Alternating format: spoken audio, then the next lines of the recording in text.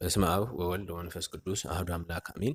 የክርስቶስ ቤተሰቦች ሁላችሁ እንደምን ከርማችኋል? ዛሬ ቅዱስ ያሬድ መጻጉዕ ብሎ በሰየማት በአራተኛዋ የዐቢይ ጾም እሁድ ሳምንት መነሻ በማድረግ ስለ መጻጉዕ እንነጋገራለን። አብራችሁን ቆዩ።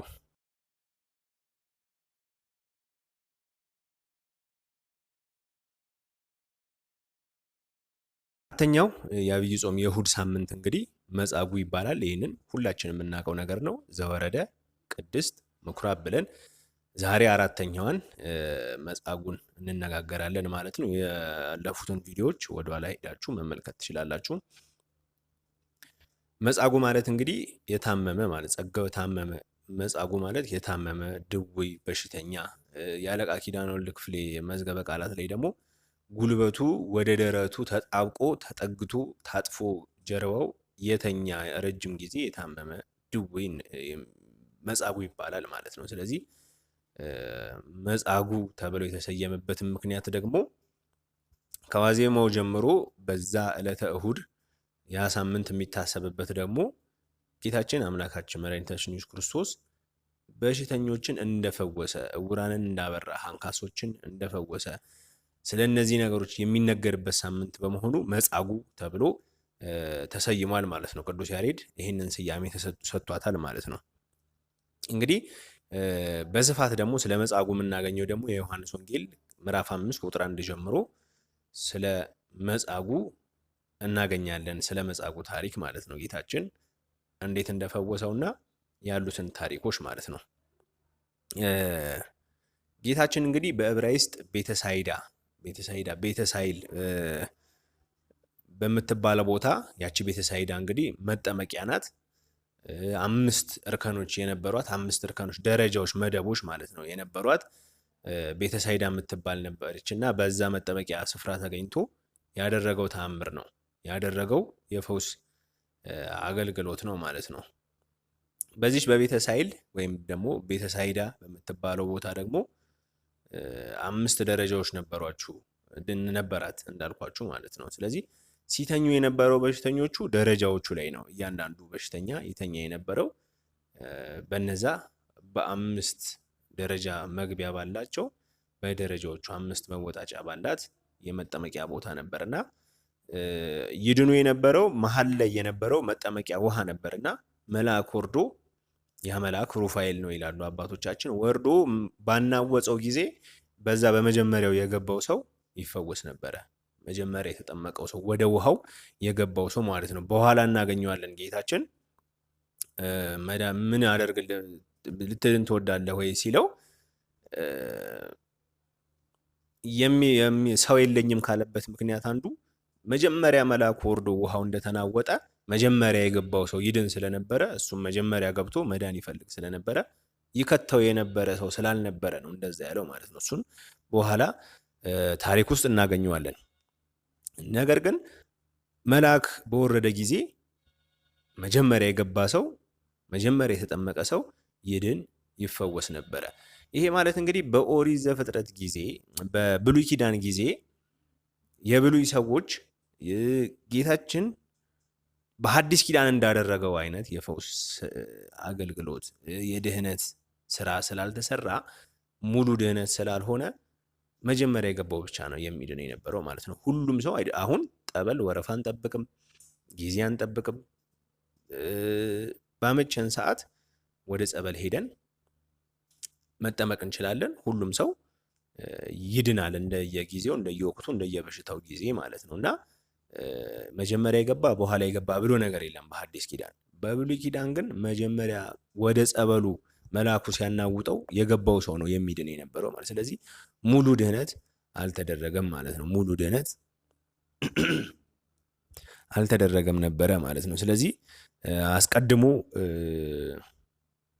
የገባው ሰው ይድን ነበረ ማለት ነው። መልአኩ እንግዲህ ይወርድ የነበረው አንደኛ ልክ እንደዚሁ ለቀድሶተ ማያት ውሃዎችን ለመባረክ ይወርዳል። ሁለተኛው ደግሞ ለአይርጎተ መስዋዕትን ለማሳረግ ጸሎትን ይዞ ለመሄድ ይወርድ ነበረ ማለት ነው። ስለዚህ ከላይ ወርዶ ውሃዎችን ቀድሶ መስዋዕትን ይዞ ደግሞ ይሄድ ነበረ ማለት ነው። ለቅዱሶተ ማያት ለአርጎተ መስዋዕት መልአኩ ይወርድ ነበረ። መልአኩም ደግሞ መልአኩ ሩፋኤል ነበረ ማለት ነው። ስለዚህ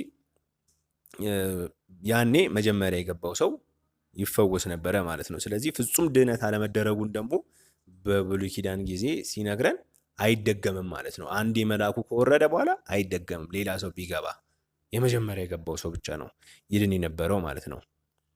ይህ እንግዲህ በዮሐንስ ወንጌል ምዕራፍ 5 ትርጓሜ ላይ እንደምናየው መልአኩ የቀሳውስት ውሃው ጥምቀት የሚደገም ነገር አይደለም። የጥምቀት እንደገና ደግሞ 5 እርከን ነበረው፣ 5 ደረጃ ነበረው ይለናል። እና እነዚህ የአምስቱ አዕማደ ምስጢራት ምሳሌዎች ናቸው ማለት ነው። እንግዲህ 5ቱ ድውያን የምንላቸው የአምስቱ ጾታ ምዕመናን ምሳሌ ናቸው። 5ቱ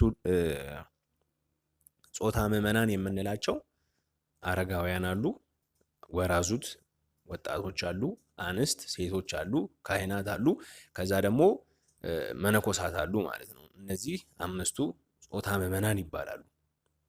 እነዚህ እንግዲህ 5ቱ ጾታ ምዕመናን የተባሉት በ40 ቀን በተጠመቁ ጊዜ አሁን እንዳልኳችሁ ካህናት መልአኩ የካህናት ምሳሌ ነው።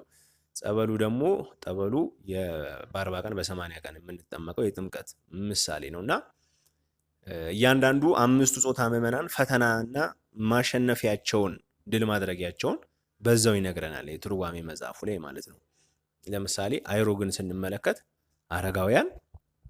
አረጋውያን በስስት በአፍቅሮተ ነዋይ ይፈተናሉ። አፍቅሮ ነዋይ የሚፈተናቸው የሚጦረኝ የለም ነገ ማናለኝ ከሚል ገንዘብ ማከማቸት ይወዳሉ። ስለዚህ እነሱ በዛ ይፈተናሉ። ፈተናውን ይቋቋማሉ። በምንድን ነው? በ40 ቀን። ሌላ ዝሙት ወይም ደግሞ ትቢት ምናምን ደግሞ ቢፈትናቸው እነሱ በ40 ቀን ባገኙት ጥምቀት ድል ይነሱታል ያንን ፈተና ማለት ነው። ያንን ፈተና ከዛ ደግሞ ወራዙትን እንመለከታለን። ወጣቶች የሚፈተኑት በዝሙት ነው። መፈተናቸው ኖርማል ነገር ነው ማለት ነው። ነገር ግን በስስት በትቢት በአፍቅሮ ነዋይ ቢፈተኑ የሚያስገርም ነገር ነው። እንዴት እነዚህ ይፈተናሉ ተብሎ ነገር ግን በ40 ቀን ባገኙት በ80 ቀን ባገኙት ጥምቀት ድል ያደርጉታል። በዛ መንፈስ ቅዱስ ጉልበት ሰጥቷቸው ማለት ነው። ካህናት ደግሞ በትዕቢት ይፈተናሉ። ካህናት በትዕቢት የሚፈተኑት ደግሞ ስልጣናችን ምጡቅ፣ አይምሯችን ደግሞ ምጡቅ ነው እያሉ በጣም ይታበያሉ ማለት ነው። ካህናት ማለት ነው። አይምሯችን ረቂቅ፣ ስልጣናችን ምጡቅ እያሉ ማለት ነው። ስለዚህ ሌላ ነገር አይፈትናቸውም። ይሄ ነው የሚፈትናቸው የካህናት ፈተና ማለት ነው። አንስት ደግሞ ምንዝር ጌጥ የምንለው ጌጥ መውደድ፣ መዋብ፣ መኳኳል ምናምን ይሄ ነገር ይፈትናቸዋል። መነኮሳት ደግሞ በስስት ገዳም ነው የምኖረው ወጥቼ እንደዚህ አላገኝም ከሚል የተነሳ ያላቸውን ነገር ይሰስታሉ ማለት ነው። ስለዚህ እያንዳንዱ በእነዚህ 5ቱ ጾታ ምዕመናን ውስጥ የተመደበ የየራሱ ፈተና አለው። ድል የሚነሳበትም ደግሞ አቅም ጉልበት ተሰጥቶታል ማለት ነው። ጉልበት አሁን ለምሳሌ በዝሙት ቢፈተን ወጣት የሚሰግድበት ገዳም የሚሄድበት የሚጾምበት አቅሙ አለው። ቢጾም ሌላ ተጓዳኝ በሽታ የለበትም። ገዳም እንዳይሄድ ጉልበት አለው። እንዲሰግድ ጉልበት አለው። ስለዚህ ድል የሚነሳበትም ጉልበት አቅምም ደግሞ ለእያንዳንዱ ደግሞ ተሰጥቶታል። ልክ እንደ ፈተናው ሁሉ ማለት ነው። ከዚህ ቀጥሎ እንግዲህ ጌታችን መድኃኒታችን ኢየሱስ ክርስቶስ ወደ ቤተ ሳይዳ ከሄደ በኋላ 30 ዓመት የሞላው ይላል። አሁን እንግዲህ 2018 ላይ ነው ያለነው። እንግዲህ ወደ ኋላ 38 ዓመት ተመልሰን ብንመለከት 1980 ማለት ነው። ስለዚህ 1980 ዓመተ ምህረት ላይ በደርግ ጊዜ ማለት ነው። ያኔ በደርግ ጊዜ የነበረ ህመምተኛ አሁን አልፎ አሁን ያለው ስርዓተ መንግስት ድረስ የደረሰው ታሞ ካልጋ ሳይወርድ ነበረ ማለት ነው። ስለዚህ ጌታ 30 ዓመት ሙሉ እንደታመመ አውቆ ይህ ሰው ደዌ ጸንቶበታል ብሎ ራሱ ተናገረ። ያውቃል እንደታመመ ማለት ነው። ስለዚህ ወደሱ ሄዶ ምን ልትድን ትፈልጋለህ ወይ ብሎ ጌታችን መጻጉዕን ጠይቆታል ማለት ነው። መጻጉዕ ደግሞ አዎ ጌታ ሆይ መዳን እፈልጋለሁ፣ ሰው የለኝም ውሃው በተናወጠ ጊዜ አንስቶ ወደ ውሃው የሚጨምረኝ የሚከተኝ ሰው የለኝም ብሎ መለሰለት ማለት ነው። ይህን እንግዲህ ስንመለከት የምስጢረ ሥጋዌን ነገር እንመለከትበታለን። ጌታችን አላዋቂ መስሎ እንዳላወቀ ሆኖ መዳን ትፈልጋለህ ወይ ብሎ ይጠይቀዋል። ይህንን እንግዲህ የመጀመሪያው ጌታችን ያለ ፈቃዳችን የማይሰራ አምላክ እንደሆነ እንመለከትበታለን። እኛን አስፈቅዶ ነው የሚሰራው ማንኛውንም ነገር ማለት ነው። ሁለተኛው ደግሞ በኋላ በዕለተ ዓርብ መጻጉዕ በጥፊ እንደሚመታው አውቆ ሰዎች ያዳነህን እንዴት ትመታለህ ብለው ቢጠይቁት እኔ አድነኝ ብየዋለሁ እንዴ ራሱ ቸኩሎ መጥቶ ፈወሰኝ አዳነኝ እንጂ ያድነኝ መቼ ብየዋለሁ ብሎ እንዳያመካኝ ያንን ምክንያት ለማጥፋት ጌታችን ልትድን ትወዳለህ ወይ ብሎ ጠየቀው። ወዲያው ደግሞ ምን አለ? አዎን አቤቱ ብሎ ጌታ ሆይ ብሎ መጻጉዕ ደግሞ መለሰ ማለት ነው። ሰው የለኝም ብሎ ለጌታችን መለሰለት ማለት ነው። ይሄን እንግዲህ ሰው የለኝም ብሎ ያለው እንግዲህ ሁሌ ያየ የነበረው የድህነት አይነት ተመሳሳይ ነበረ። አንድ ሰው ይመጣል፣ አንስቶ መጀመሪያ መልአኩ እንዳናወጠው ይከተዋል። ያኔ የገባ ሰው ይድናል ማለት ነው። ይሄንን ትሬንድ ነበር የለመደው እና ጌታችን የ30 ዓመት ወጣት ሆኖ ሲያየው ወይ እሱ አንስቶ መልአኩ እንዳናወጠው ይከተኛል ወይም ደግሞ 5 ገበያ ህዝብ ጌታችን ይከተለው ነበር። አንዱን ወጣት ሲናወጥ ጠብቀ ክተተው ብሎ ያዝልኛል ብሎ አስቦ ነበረ ማለት ነው። ሁልጊዜ ተመሳሳይ አይነት ድህነት እንጠብቃለን፣ ሁልጊዜ ማለት ነው። በቃ አንድ ሰው የሆነ ነገር የሆነ እምነት የሆነ ጸበል ሲሰራለት እኔም እዚህ ነው በቃ የሚሰራልኝ ብለን እዛው ጸንተን እንቆያለን ማለት ነው። ነገር ግን ቀሚሱን ነክተው የምትድን ደሟ የሚቆምላት ሴት አለች። እንደገና እንደ መጻጉዕ ደግሞ ጌታችን ተነስ ብሎ በቃሉ የሚፈውሰው አለ። ስለዚህ መቼ እንደምንድን የትኛው ስራችን እንደሚያድንን ስለማናቅ ሁሉንም መንፈሳዊ አገልግሎቶች በኩል ማከናወን ነው እንጂ እኔ እንደዚህ ነው ማደርገው ብሎ በዛ ነገር እድናለሁ ብሎ የሙጥኝ ማለት ሲደረጉ የነበሩ ትሬንዶችን መከተል ደግሞ ለሁሉም ሰው ላይ ሰራ ይችላል ማለት ነው። ለሌሎቹ መልአኩ እንደገባ እንዳናወጠው ገብተው ይድኑ የነበሩ አሉ። እንደገና እንደ መጻጉዕ ደግሞ እዛው ጋር 38 ዓመት ሙሉ ጠብቀው ደግሞ ሳይጠመቁ ውሃ ውስጥ ሳይገቡ ሳይነከሩ የሚድኑ ሰዎች አሉ ማለት ነው። ይህ እንግዲህ ጌታ የሚያድንበት መንገድ የተለያየ እንደነበረ በኋላም እንደምንመለከተው ደግሞ አባቴ የሚሰራ ነበረ እኔም ደግሞ እሰራለሁ። ጌታ ይፈውስ ነበር፣ እግዚአብሔር ይፈውስ ነበር፣ እኔም ደግሞ እፈውሳለሁ አለ። ስለዚህ ይሄ የእግዚአብሔር ልጅ መሆኑን ደግሞ አምላክ መሆኑን ደግሞ ይነግረናል ማለት ነው። ቀደም ሰው መሆኑን በምን አውቀናል? ልትድን ትወዳለህን ብሎ መድኃን ይፈልግ አይፈልግ ይጠይቀዋል። ልክ እንደ ሰው ማለት ነው። አላዋቂ ስጋን የለበሰው ማለት ነው። ስለዚህ አላዋቂ ስጋን ለብሶ ሊድን ይፈልግ አይፈልግ እየጠየቀ እያለ ደግሞ ይፈውሰዋል ማለት ነው። ስለዚህ አምላክ ሲሆን ሰው ሲሆን ደግሞ አምላክ እንደሆነ ደግሞ ያጠይቃል በዚህ ማለት ነው። ጌታ እንግዲህ ይህንን እንደተናገረው አልጋህን ተሸክመ ሂድ አለው ማለት ነው። ስለዚህ ሂድ፣ ተነከር፣ ተጠመቅ ምናምን አላለውም። ሌሎቹን በሰሊሆም ሄደህ ተጠመቅ ብሎ ያዛቸዋል። እውር ሆኖ የተወለደውን ግንባር ብቻ የነበረውን ሰውዬ እንትፍ ብሎ መሬት ላይ ጭቃ ካረገለት በኋላ ሂድ በሰሊሆም ተጠመቅ አለው። እነዛን እንዲጠመቁ ጥምቀት ቦታ ያለው ደግሞ አልጋውን ተሸክሞ እንዲሄድ ያደርጋል። ጌታ የሚፈውስበት መንገድ የተለያየ ልዩ ነው ማለት ነው። ያም ሰው እንግዲህ ፈጥኖ ተነስቶ አልጋውን ተሸክሞ ሄደ ማለት ነው። በጣም የሚገርመው ነገር አይሁድ በመንገድ አግኝተው አልጋህን ተሸክመ ትሄድ ዘንድ በዕለተ ቅዳሜ አልተፈቀደልህም ይሉታል። በሰንበት እንዴት አልጋህን ትሸከማለህ ይሉታል። አንዳንድ ጊዜ እንግዲህ እንዲህ አይነት ጠባይ ይኖርብናል በቤተ ክርስቲያን ውስጥ ስንቆይ። ለምሳሌ ሱሪ ለብሳ ስትሄድ እኛ አሁን ህጻናት እያለን ሱሪ ለብሳችሁ ቤተ ክርስቲያን ትመጣላችሁ ምናምን ሲሉ እናይ ነበረ ትልልቅ ሰዎች፣ አሁንም አሉ። ጸጉራችሁን እንደዚህ አንጨብራችሁ ትመጣላችሁ ምናምን ይላሉ። ስርዓቱን አይደለም ማስቀደም። ያ ሰው እንዴት እንደመጣ መቼ እንደመጣ አናውቅም።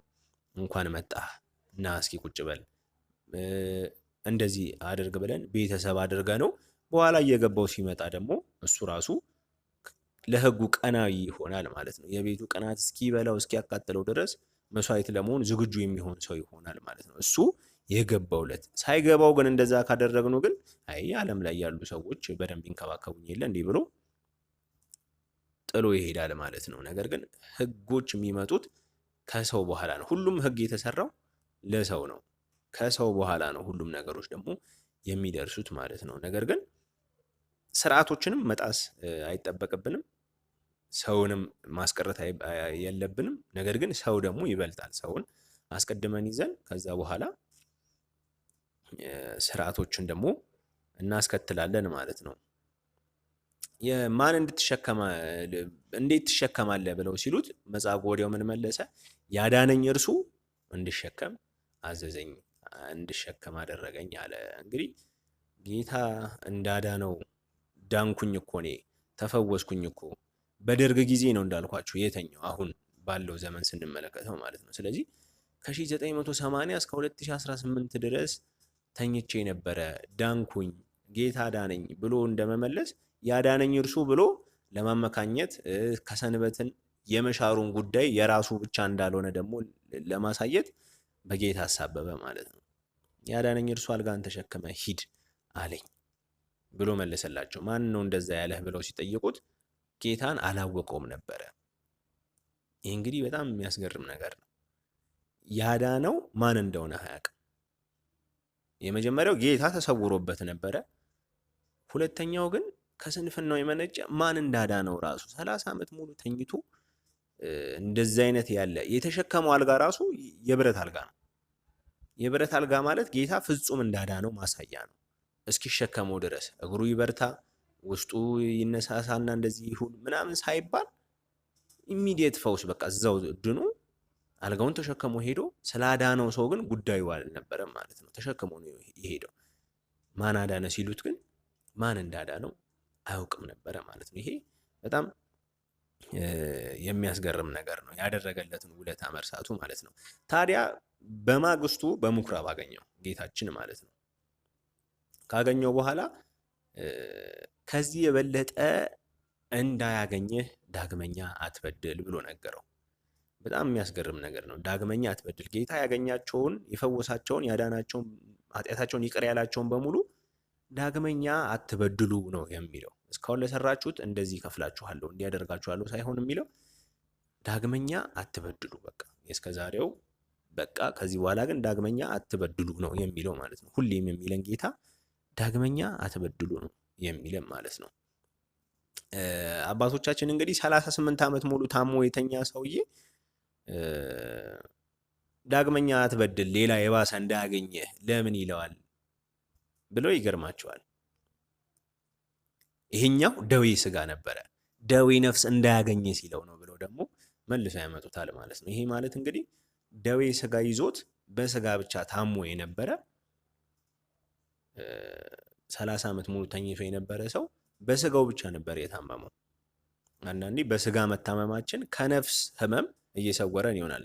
እየተመላለሰ ይሄኔ ወታደር ቢሆን ኖሮ ሄሮድስ ሲያስፈጅ ህጻናትን ሊገል የሚችል ወታደር ይሆን ነበረ። ጌታን ሊያሳድድ ይችል ነበረ። ነገር ግን ከነዚያ ሁሉ ጠብቆት በደዌው ተጠብቆ ነበረ ማለት ነው።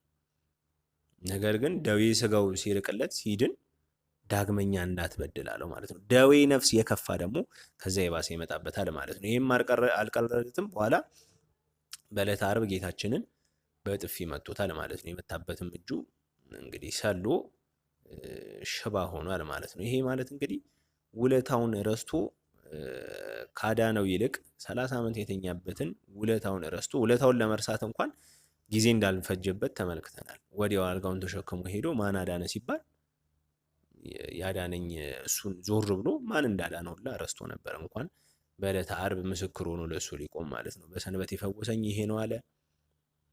ይባሱኑ ደግሞ ሄዶ ጌታን በጥፊ ተማታ ማለት ነው። ስለዚህ ዳግመኛ አትበድል ያለው ይሄ ነው ማለት ነው። እንግዲህ ከዚህ ጋር ተገናኝቶ ስለ ደዌያት ስንነጋገር ደዌ ሁሉ ለህመም ለኛ እንድንጎዳ ብሎ አይደለም ጌታችን የሚያመጣብን ማለት ነው። የተለያየ አይነት ደዌዎች አሉ። ለምሳሌ ደዌ ዘንጽ የምንለው አለ። ልክ እንደ ጢሞቴዎስ እንደ ቅዱስ ጳውሎስ በቃ እንዳንታበይ ወደ መጥፎ ነገሮች እንዳንገባ ባለን ጸጋ ረክተን እንድንቆይ ረጋ ብለን እንድንኖር የሚሰጡን ህመሞች አሉ። ይሄ ንጽህናችን እንድንጠብቅበት ያለ ደዌ ነው። ደዌ ዘመቅሰፍት ደግሞ አለ።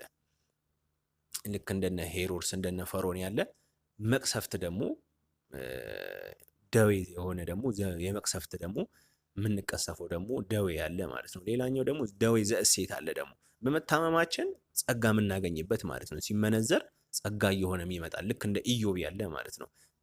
10 እጥፍ እየሆነ የሚያሰጠን ደግሞ ደዌ አለ። የታመምኑ ደዌ ሁሉ ለበሽታ አይደለም ማለት ነው። ልክ እንደ መጻጉዕ ደግሞ ደዌ ዘኃጢአት አለ። በኃጢአታችን ምክንያት ደግሞ ደዌ ይመጣብናል ማለት ነው። የመጀመሪያው ደዌ ዘእሴት እንደነ ጢሞቴዎስ ያለ፣ ደዌ ዘመቅሰፍት እንደነ ፈርዖን እንደነ ሄሮድስ ያለ፣ ደዌ ዘኃጢአት እንደ መጻጉዕ ያለ፣ ደዌ ዘእሴት ደግሞ እንደ ኢዮብ ያለ አይነት ደዌዎች አሉና እኛ የታመምነው ደዌ የትኛው ደዌ ነው? ኃጢአት ሰርተን ከሆነ በንስሐ እንድንታጠብ፣ በክፉ መንገድ ከሆነን እንዳንቀሰፍ መመለስ፣ እሴት ትሩፋት ደግሞ እየተሰጠን እየተጨመረልን በንጽህናችን እየጠበቅንበት ከሆነ ደግሞ ጌታችን አለመዳናችንን እንዳናማረርበት ማለት ነው። በዛ ሳንማረር እንድንጸናበት እንደነዚህ አይነት ደዌዎች እንዳሉ እንድናቅ ነው። እንግዲህ መጻጉዕ ጌታውን የከሰሰ እሱን የፈወሰኝ ብሎ ዳይሬክትሊ በቅዳሜ ምድር አልጋ ተሸክሜ እንዲሄድ ያደረገኝ ሰዓሬ ሰንበት ብለው ሲከሱት፣ አንድ ደግሞ የክስ የሰነድና የሰው ማስረጃ ሲያቀርቡ የሰውም የሰነድን ማስረጃ የሆነ ሰው ነው። አልጋውንም ተሸክሟል፣ በአንደበቱም ደግሞ ተናግሯል ማለት ነው። ይሄ እንግዲህ መጻጉዕ ምን አይነት ሰው እንደሆነ የሚያመለክት ነው። እንግዲህ ከሱ ብዙ አይነት ፍልስፍናዎችን ለራሳችን መውሰድ እንችላለን። እኛ ምን አይነት አክቲቪቲዎች ውስጥ ነው ያለ ነው? እሱ በዕለተ ዓርብ በኋላ ውለታውን የመለሰው በጥፊ ነው። የጌታን ውለታ እኛ የምንመልሰው በምንድን ነው? እንደገና ደግሞ የተሰጠን ደዌ ህመም ካለ ደግሞ ለምንድን ነው የተሰጠን? ንጽህናችን እንድንጠብቅ ነው? ከኃጢአት እየተከላከለን ነው? ወይስ ደግሞ ለምን ዓላማ ነው? በኃጢአታችን ምክንያት ነው ብለን ደግሞ እንድናጣራ ደግሞ ያደርገናል። እንደገና ደግሞ ሌላው ደግሞ ሰው የለንም ብለን ደግሞ የምናስብ ሰዎች ደግሞ እንኖራለን። በዚህ ጌታ በጣም ያዝንብናል። ለምሳሌ ሰው ሲሞት ብዙ ጊዜ ሀዘን እንድናለቅስ ረጅም ሰዓት እንድናለቅስ አይፈቀደልንም። በቃ የሞተ ሰዓት እናለቅሳለን፣ ከቤት ሲወጣ እናለቅሳለን፣ ወደ መቃብር ሲገባ ደግሞ እናለቅሳለን እንጂ ሌላውን ሰዓት በሀዘን እንድናሳልፍ አይፈልግም እግዚአብሔር አምላካችን ማለት ነው። ምክንያቱም እናት አባት ሞተብኝ እንዳትል ድንግል ማርያም እግዚአብሔር አሉልህ እናትና አባት። ወንድም እህት ሞተብኝ እንዳትል መላእክት አሉልህ ወንድም እህቶች። ስለዚህ ጓደኛ፣ ቤተሰብ፣ ልጅ ምናምን እንዳትል ጻድቃን ሰማዕታት ሁሉም ደግሞ አሉልህ።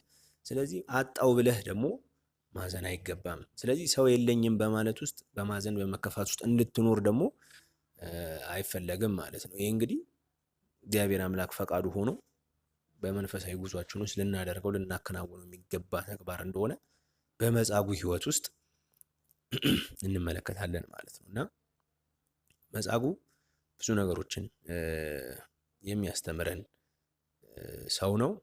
ሳምንቱን ቅዱስ ያሬድ መጻጉዕ ብሎ 4ኛዋን እሑድ ሰይሞልናል። የሰማኑን በልቦናችን ያሳድርልን። ይቆየን።